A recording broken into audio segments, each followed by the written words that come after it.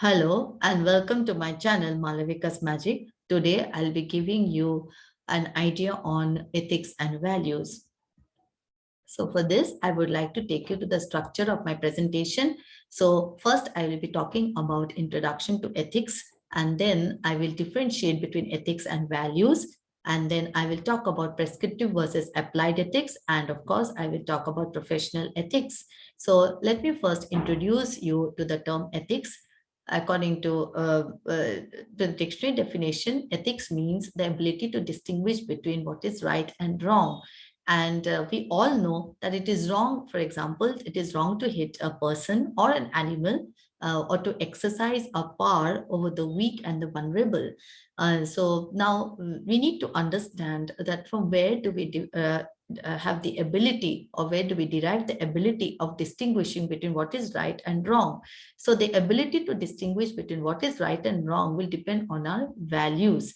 And these values we tend to acquire at home, or rather, we can say they are individual beliefs that actually motivates us to act in one way or another. In other words, it serves as a guide, how one ought to behave in a particular situation. And as I told you, that these values we tend to learn at home. So right from a childhood, our parents tell us how to behave in with the elders, or how to talk to our elders, how to talk to our younger ones, how to eat, for example, when you're in the dining table, how to behave, or to follow, certain mannerisms or certain rules, that we tend to consider it as right. So accordingly, we tend to inculcate these values. So from this, obviously, it is very clear that two people who belong to different cultural backgrounds will have different set of values. And so it is obvious that these two people could have a clash of opinion, or rather they could be in conflict, because their preferences, the preferences that they give to a particular set of values will be different. And in this way, there could be a conflict between the two people. So that is quite natural. But nevertheless, we have to understand that there are certain universal values. Now, before we go on to the universal values, let us understand. So when the individual beliefs, they become our values that we learn it at home. And these beliefs or these values, they help us to take ethical decisions. Now, these ethical decisions, will depend on how we are able to understand the value at that for the particular situation, or how, or what importance we give to a particular value in a particular situation. So choosing the appropriate value will finally depend on our understanding of the value, or our understanding of the situation. And on the basis of that, we have to take ethical decisions. So now, as I told you, there are certain universal values that is applicable to all people living in different parts of the world. So we have values like, for example, love, then truth, then we have freedom and kindness, honesty and respect. So these universal values, we learn it from our parents, we learn at home, and they become individual beliefs. But this cannot be changed. It does not differ from person to person, and therefore they are considered to be universal. So they are same for all people. All people will agree to it, that we have to love, everybody. We have to show a love towards human beings as well as animals. We also have to be truthful irrespective of whatever situation we are in. And we need freedom. Everybody needs freedom. But we have to obtain a freedom on the basis of the law of the particular country, and so on. So all these aspects, they are equal for everybody, and so therefore, or same for everybody, and everything we learn at home. And because they are same for all people, so therefore it is considered to be as universal values. So now we move on to the next type of value. in spite of that, there are some additional values also that could differ from person to person. For example, we have the value of ambition, we have the value of courage, we have the value of responsibility. Now, these values, will differ from person to person, and they cannot be the same for all. And so, if, in fact, we say that these values finally depict the traits or the behavior of a person. How a person behaves will finally depend on what importance he gives to these values. For example, if a person feels responsible towards taking care of his or her parents, then the person will behave in a certain manner. The person will see to it that he looks after his parents and do not put them in an old age home. Similarly, a person who believes in the value of courage will see to it that he's not afraid of anything, and therefore his behavior will be that of like of this thing, confidence, of not giving importance to certain aspects, that he might have learned, he or she might have learned at home. For example, do not walk alone at night or something like that. So therefore that person will definitely give importance to this value of courage, and he will not have that fear, he will not exhibit the fear on his face.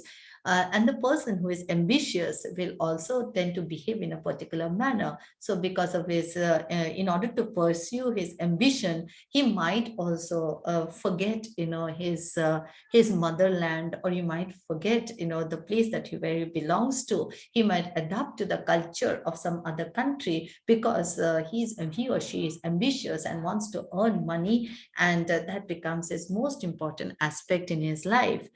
So with this, I would now take you to the next aspect, that is the different types of values that we ought to have, and that is of course universal, but we ought to try and understand these values. For example, we have religious values. Religious values, what is written in a religious text, we tend to follow that, and when we tend to follow that, it becomes almost like a duty for every person, and therefore we consider it as sacred. And then of course we have social values, the way what responsibility we have towards society, how we should behave with people in the society, what is it that we ought to do for the society. All these values are very important.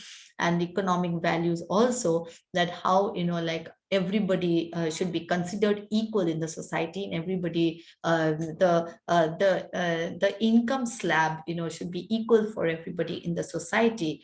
So the tax, so the government sees to it that with the kind of a direct tax or indirect tax, they are able to bring equality between the rich and the poor people. And so then we have something called as a political values also. That is how the leaders of a country, or the political leaders, they are supposed to follow a certain rules and regulations while they are, while they are actually in the position of the of ruling or taking care of all the citizens of the country. So they have to follow certain rules. And of course, you have the universal values. You're talking about the values that we acquire at home, human values, in fact, and the psychological values. That is a thought process. We can think in any direction, but the ability to control a thought process and take it into the consideration of what is right and what is wrong, or understand what our parents have taught us, or the beliefs that we have inculcated right from a childhood, and accordingly try to control a thought process so that we also tend to behave in a particular manner in the society. So all these values are very important from the perspective of being a human being who is considerate, who is adaptable, and who is able to who is able to see to it that nobody is discriminated in the society. So all these aspects have to be taken into consideration. So now I would like to tell you that in spite of all this, there are certain situations that we face where, we take an ethical decision which becomes inappropriate because we do not give importance to the values. We forget about our values, and therefore the ethical decision is taken by just neglecting the value, and that becomes a wrong decision. Sometimes it becomes very difficult for a human being to take an ethical decision at that particular in that particular situation. So let me give you an example. So the example is in an organization, this woman, she just had a miscarriage. This employee, she has just had a miscarriage, and after miscarriage, she reports to the organization.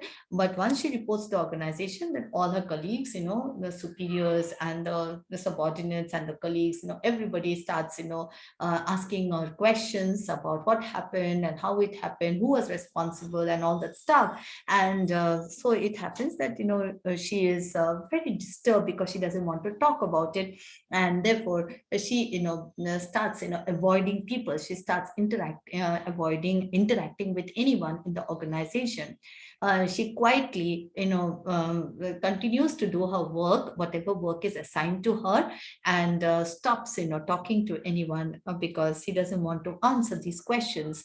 And it so happened that she confides with one of her colleague who happens to be her a very good friend of hers, and she tells her that what she's going through and why she's behaving in a particular manner, hoping that her colleague will be able to spread the message across to everybody, and that everybody understands the situation. But her colleague takes a very wrong step and starts unnecessarily spreading rumors about her, rumors like that she is behaving in this manner because she is being being very arrogant, or trying to avoid people, or that she is being jealous of others, and so on. So when these rumors reaches the head of the organization, then the head of the organization has to take a decision, and so that the woman, the employee learns a lesson.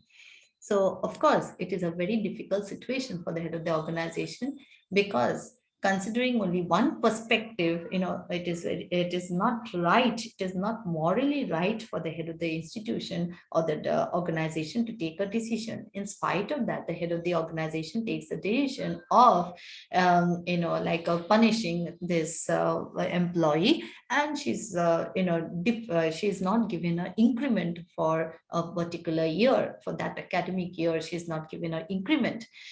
So the question here arises is, to what extent this decision taken by the head of the organization is right? So my answer will be that it is a wrong decision, because the head only considered from one perspective, did not consider the perspective of the employee who was going through that bad phase in her life. So if the person would have considered her perspective, or tried to talk it out with that person, or try to have a discussion with that person, with an employee, and trying to find out what exactly went wrong, then obviously that the decision would have been different.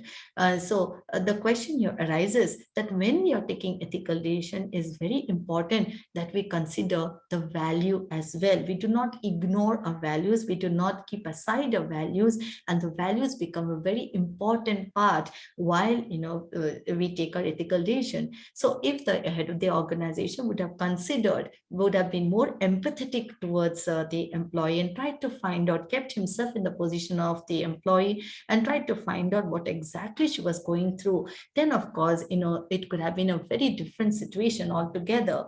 Would the situation would be such that he would have a more his decision would be more inclined towards empathy, rather than the harsh treatment of not giving her the increment.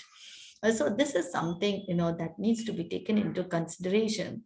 So our values are always it is versus our ethical decisions, but then we have to bring our values into that particular situation while we are taking the ethical decision. It cannot be isolated, and if it is isolated, then our ethical decision will be wrong, it will be incorrect. So here I would take you to the different types of ethics. So we have the normative ethics or the prescriptive ethics. Prescriptive ethics means something, where the rules are written down in the organization and we ought to behave according as per the rules that is written in the organization. So how one ought to act in a particular situation will depend upon the rules that we follow in the organization or the rules that is laid down in the organization.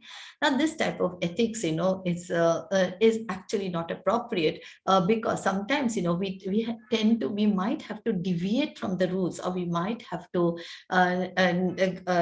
do something, beyond the rules that is written. So everything cannot be followed as per the rules. We follow, 90% of it can be followed. Maybe the 10% we have to, behave in a particular manner because there we will bring in our values. So therein comes the concept of metaethics, that is the ethics, of an individual.